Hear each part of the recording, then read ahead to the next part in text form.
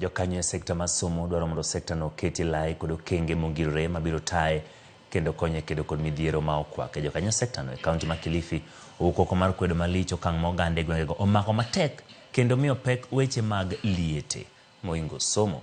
E twak mar kod jofwambo gilero ni timbe ma kama osedwoko piny rang'iny mar somo e gwengego kendo onego kedgo motegno. Education system ya Kenya ina fail kabisa. Pale CBC hatujui malikio yake inatoka wapi na inaelekea wapi. Very honestly. Na hii model ya sasa kusema kwamba wanafunzi iwe na categorized. Category 1, 2, 3, 4, 5. It is actually irrelevant. Because you don't even know, nobody knows every student why his background. Wewe hujajua background mtoto. Ni jambo la kushangaza sana kwamba wasomi hawaangaziwi.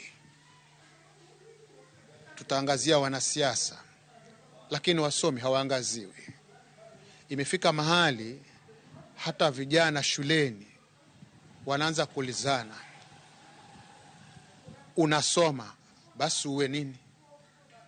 Siheri tu nirudi pale nikipiga mdomo nitakuwa mwanasiasa. Kwa kweli masomo ni jambo muhimu, lakini pia kuangalia yale utamaduni wetu ambayo imetunza na babu na inatufaidi ni jambo zuri, lakini tuangazie kwanza mapato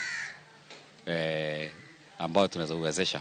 Mambo mengine ya kijamii tunaweza kuangalia vile tunaweza kufanya kwa njia ambayo pengine haiwezi kuchukua rasilimali nyingi. The truth is we should put education at the forefront of everything else. You know, we should ensure if a kid needs school fees, or a kid is incapacitated, you know, not able to attend to school because of fees, then that's a point of help.